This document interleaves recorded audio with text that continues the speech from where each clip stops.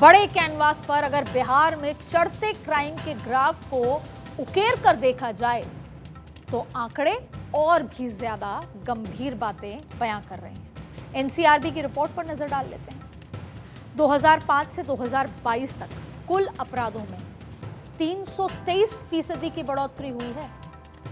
फिर 2005 से 2025 के बीच हत्या की कोशिश और गंभीर अपराधों में 226% की बढ़ोतरी हुई है। और इसी तरह महिला अपराध के मामले में भी बिहार के अंदर 226% की बढ़ोतरी दर्ज की गई है। हाल ही में जो 5 लोगों को मारा, जिसमें एक महिला को डायन कह के मार दिया, और ये वो सरकार है जो 2005 आपको याद होगा कि गुलाबी साइकिल बांटी थी और महिला को सशक्त किया था, शराबबंदी हुई और न जाने क्या क्या, जो अब तक डोमिसाइल का जो आरक्षण दिया है, अब तक महिलाओं वाली सरकार रही है। लेकिन अपराध मैंने आपको बताया 226% की बढ़ोतरी दर्ज की गई। और बीजेपी या एनडीए कहें, बीजेपी जेडीयू का जो अलायंस है वो जंगल राज याद दिला रहा है आरजेडी वाला, और अब वही आरजेडी कांग्रेस ये वाले जंगल राज की बात कर रही है कि 2025 में लगातार अपराध, हत्या, इन तमाम चीजें की ये फहरिस्त है।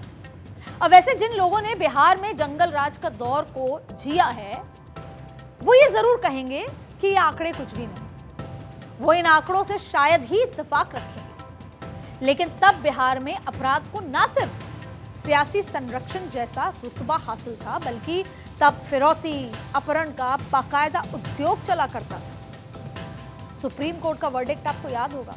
सुप्रीम कोर्ट ने संज्ञा दी थी जंगल राज, और जब नीतीश कुमार बिहार के मुख्यमंत्री बने तो उन्हें क्राइम कंट्रोल करके अपनी छवि सुशासन बाबू वाली गढ़ी थी। और यही वजह है कि 2005 से लेकर अब तक लगभग मुख्यमंत्री वही रहे, सुशासन।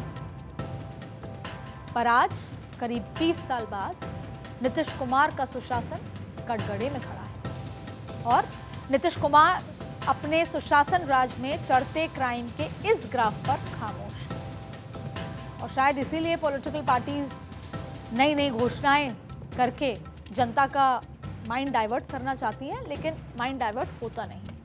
कह सकते हैं कि नीतीश बिहार में बढ़ते क्राइम को देख अब बैकफुट पर आ गए हैं, और कहीं ना कहीं बीजेपी भी इस मौके का फायदा भुनाने के रास्ते तलाश है।